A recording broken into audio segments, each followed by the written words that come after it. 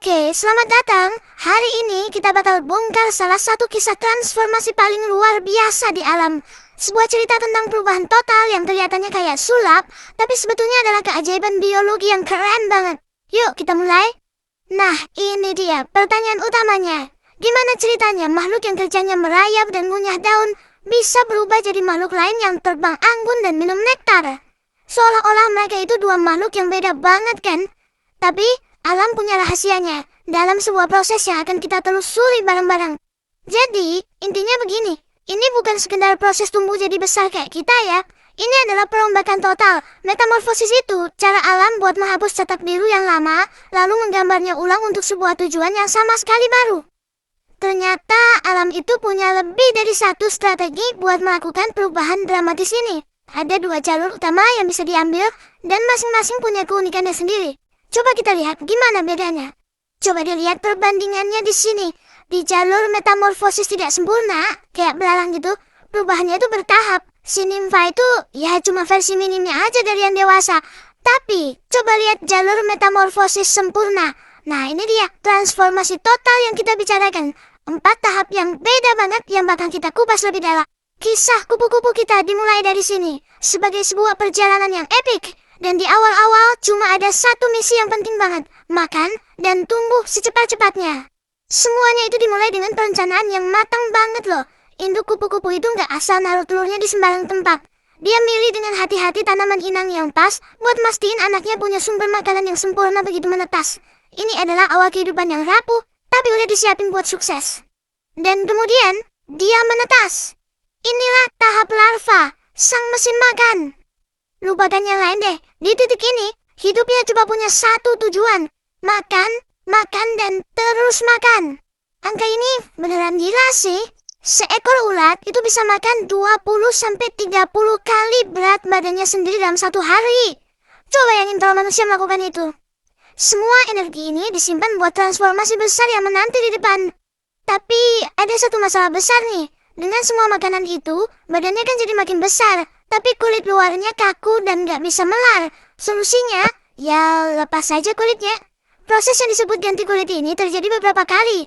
Ulat bakal melepas baju lamanya yang udah kesempitan buat ngeluarin lapisan baru yang lebih besar di bawahnya. Siap buat diisi lagi. Nah, setelah makan tanpa henti, ulat siap masuk ke tahap paling misterius dan paling sering disalahpahami dalam perjalanannya. Kita sekarang masuk ke dunia kepompong, sebuah kotak hitam transformasi. Lupakan semua yang mungkin Anda pikir Anda tahu. Banyak yang ngira kepompong itu tempat ulat buat tidur siang panjang. Kenyataannya, jauh lebih dramatis dan, ya, agak ngeri-ngeri sedap. Ini dia bagian paling gilanya. Di dalam cangkang pelindung itu, tubuh ulat melepaskan enzim yang mencerna dirinya sendiri dari dalam keluar. Proses ini, namanya histolisis, mengubahnya jadi semacam subsel yang kaya nutrisi. Ini bukan renovasi ya, ini adalah pembongkaran total sampai ke fondasi. Dan disinilah keajaiban sesungguhnya terjadi, seperti yang ditunjukkan tabel ini.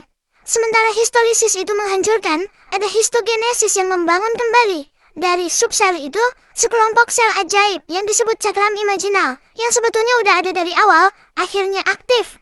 Anggap aja ini kayak tim konstruksi super kecil dengan cetak biru lengkap buat membangun kupu-kupu dari nol.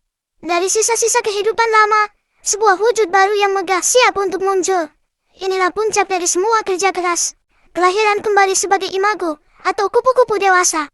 Proses keluar ini, yang disebut eklosi, adalah momen antara hidup dan mati. Seperti yang ditunjukkan lini masa ini, setiap menitnya itu krusial.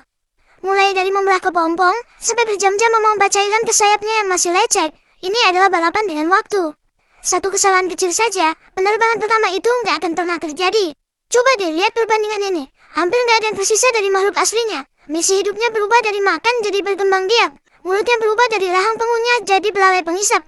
Cara dia bergerak dan melihat dunia juga beda total. Ini seperti dua hewan yang berbeda secara fungsional, yang kebetulan aja berbagi DNA yang sama. Dan dengan wujud baru ini datang juga kemampuan-kemampuan super yang baru. Mereka bisa melihat spektrum cahaya yang nggak bisa kita lihat, yang bantu mereka nemuin nektar. Mereka mencicipi dunia lewat kaki mereka buat cari tempat bertelur yang sempurna. Mereka ini adalah keajaiban rekayasa biologi. Jadi, kenapa sih kita harus peduli sama drama kehidupan kecil ini? Karena transformasi ini punya dampak yang sangat besar pada dunia di sekitar kita. Jauh dari sekedar indah dipandang, kupu-kupu itu bekerja keras di ekosistem kita. Bagian ini nunjukin 3 peran utamanya, sebagai penyerbuk, sumber makanan, dan yang paling penting, sebagai indikator kesehatan lingkungan. Oke, kita bedah satu persatu ya.